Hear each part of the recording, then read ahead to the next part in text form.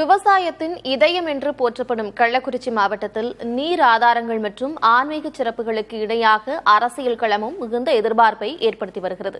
பார்க்கலாம் இன்றைய தொகுதி அலசலில்.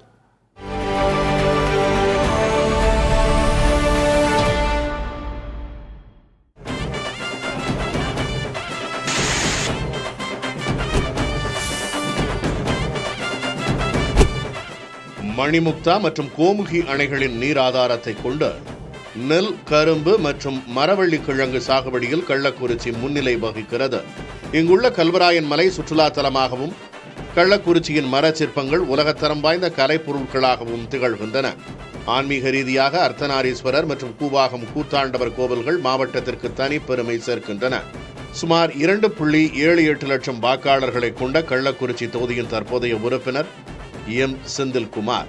இங்கு ஆதிதிராவிடர், வன்னியர் மற்றும் முடையார் சமூகத்தினர் பெரும்பான்மையாக உள்ளனர்.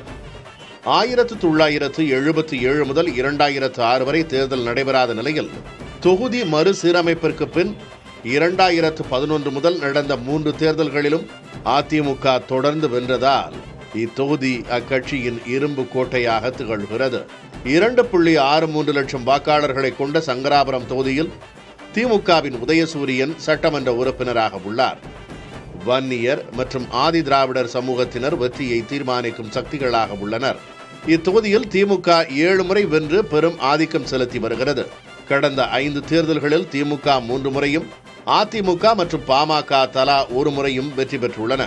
சுமார் 2,70,000 வாக்காளர்களை கொண்ட ரிஷிவந்தியம் தொகுதியின் சட்டமன்ற உறுப்பினர் வசந்தம் கே. கார்த்திகேயன்.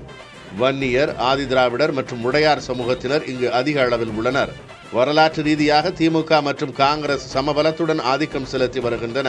கடந்த 5 தேர்தல்களில் திமுக 2 முறையும், தேமுதிக, காங்கிரஸ், தமாக தலா 1 முறையும் வெற்றி பெற்றுள்ளன. கள்ளக்குறிச்சி மாவட்டத்திலேயே அதிகபட்சமாக 2.97 லட்சம் வாக்காளர்களை கொண்ட உளுந்தூர்பேட்டை தொகுதியில் திமுகவை சேர்ந்த மணிகண்ணன் சட்டமன்ற உறுப்பினராக உள்ளார். வன்னியர்கள், ஆதிதிராவிடர்கள் மற்றும் யாதவர்கள் இங்கு அதிகம் உள்ளனர். ஒட்டுமொத்தமாக திமுக 7 முறை வென்றிருந்தாலும் கடந்த 5 தேர்தல்களில் அதிமுக 3 முறை வென்று தனது செல்வாக்கை நிலைநிறுத்தி வருகிறது.